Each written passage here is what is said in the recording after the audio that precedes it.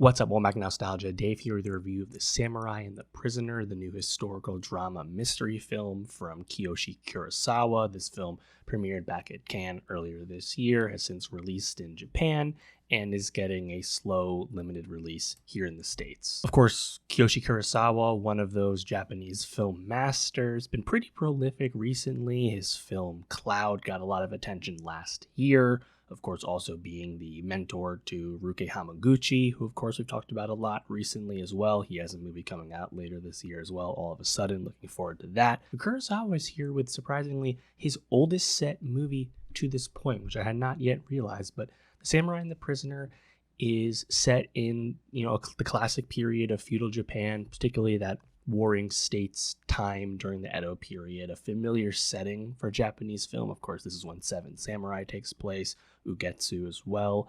Pretty ripe time for any kind of, jitageki, like samurai style, film story. And this film, which is based on a novel, is clearly historical fiction. It's telling the story of the siege of Arioka Castle in 1579. So, the main character of our story, Lord Murashige, is a real person, the off-screen villain and antagonist of the story. Very notable, significant daimyo during this time. We're talking about real people and real events here. But despite this historical backdrop, it really lends itself well to fictional storytelling. Kiyoshi Kurosawa's The Samurai and the Prisoner is an incredibly captivating story of murder and mystery. Masahiro Motoki plays Lord Murashige, who has rebelled against the daimyo leader of his region and is now under siege in his own castle. And early on, he takes prisoner an envoy of the enemy, Garuda Kanbei, played by Masaki Suda, and you get this really intimate two-hander where, over the course of a 4-chapter structure, strange events begin to take place within the castle, notably unexplained, unexpected murders,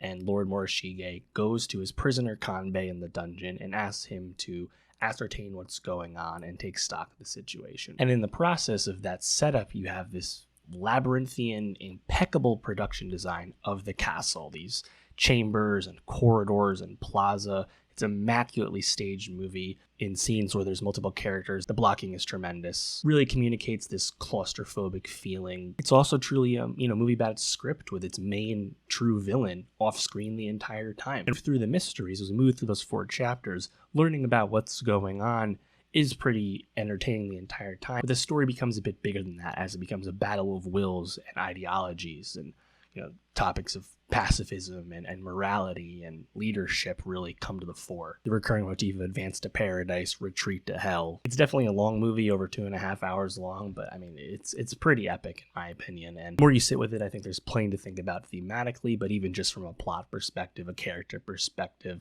it's pretty captivating stuff. And this film, I think, does a really good job of, deploying its budget quite tactically, where most of the time we're truly bound to the castle grounds, and for the most part that's where we remain. But there's a few key sequences where we're outside the grounds. There's this night attack against an enemy force, which maybe that's the one moment where you maybe see the seams of the budget and the staging visually, but I still think that scene works very well within its context of the second chapter. The dungeon where Kanbei spends most of his time in the movie, very dark and dank, comes across well.